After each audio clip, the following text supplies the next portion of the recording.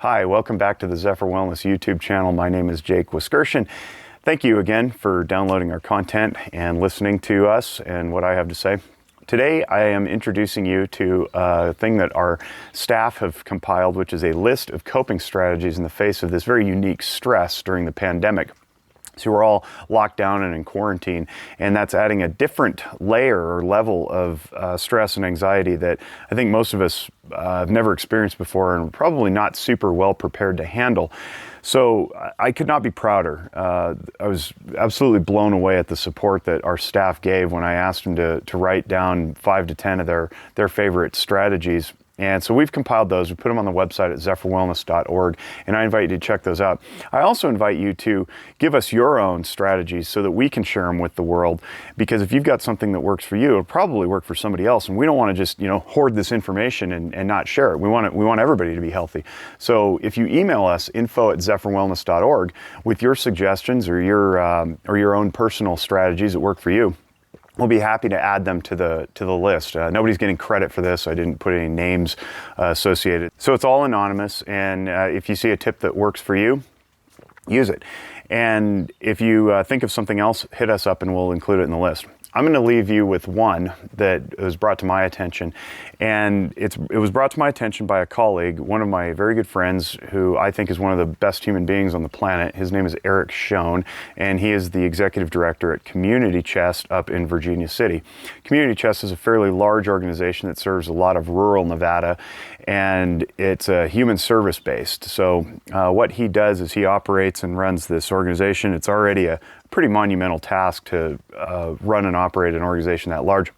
And now, if you overlay it with working at home, Zoom meetings, everything's done virtually. There's really no rest because once we move to virtual, it seems like things never really end. There's no beginning and end to the workday because we're all teleconnected now.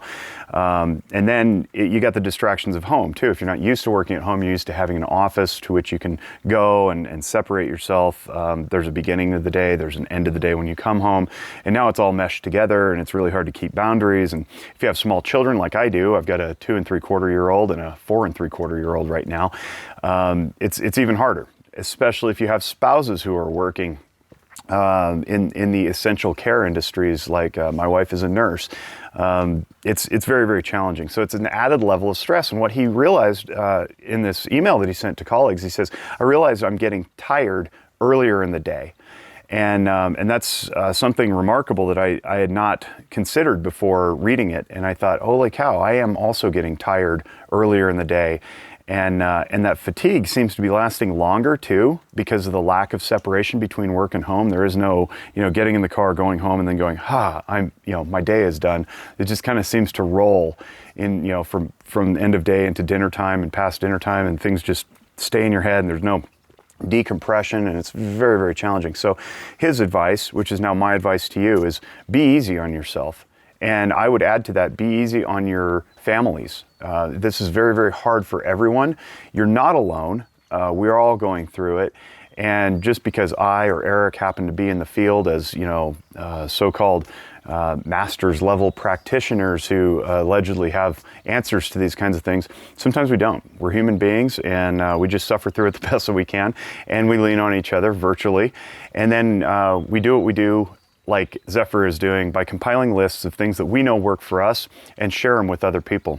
So again, I encourage you to go to zephyrwellness.org, check out what we have. If you haven't listened to the Noggin Notes podcast, there's some good stuff on there. I think it's good because it came out of my mouth, of course. But check out Noggin Notes. It's free. All the stuff that we give out is free. And if you find yourself really in a tough situation that mere coping strategies aren't alleviating, set up an appointment.